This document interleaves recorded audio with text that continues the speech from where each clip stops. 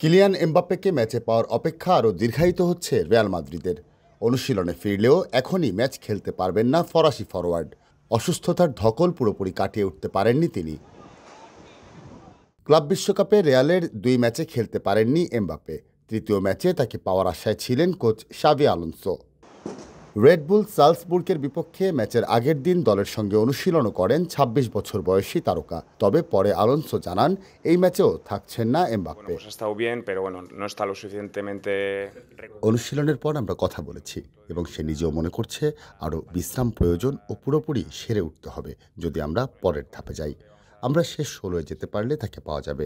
আপাতত সে এখনও সেরে ওঠার প্রক্রিয়ায় আছে এবং এই ম্যাচের জন্য যথাযথ প্রস্তুত নয়। বান্ডেল থাকলে প্রতি সেনমানিতে টাকা বাঁচবে। বিকাশ সেনমানি বান্ডেল কিনে জিতুন প্রতি লেনদেনে। ক্লাব বিশ্বকাপ খেলতে যুক্তরাষ্ট্রে যাওয়ার পর জ্বর ও গ্যাসের সমস্যায় পড়েন এমবাপ্পে। হাসপাতালেও যেতে হয় তাকে। সালজবুর্গের বিপক্ষে রিয়ালের ম্যাচ শুক্রবার বাংলাদেশ সময় সকাল 7টায়। 2 ম্যাচ থেকে 2 দলেরই পয়েন্ট সমান 4। গোল পার্থক্যে আপাতত গ্রুপের শীর্ষে রিয়াল। এই ম্যাচের ওপর নির্ভর করবে তাদের পরের ধাপে যাওয়া ও গ্রুপে অবস্থান।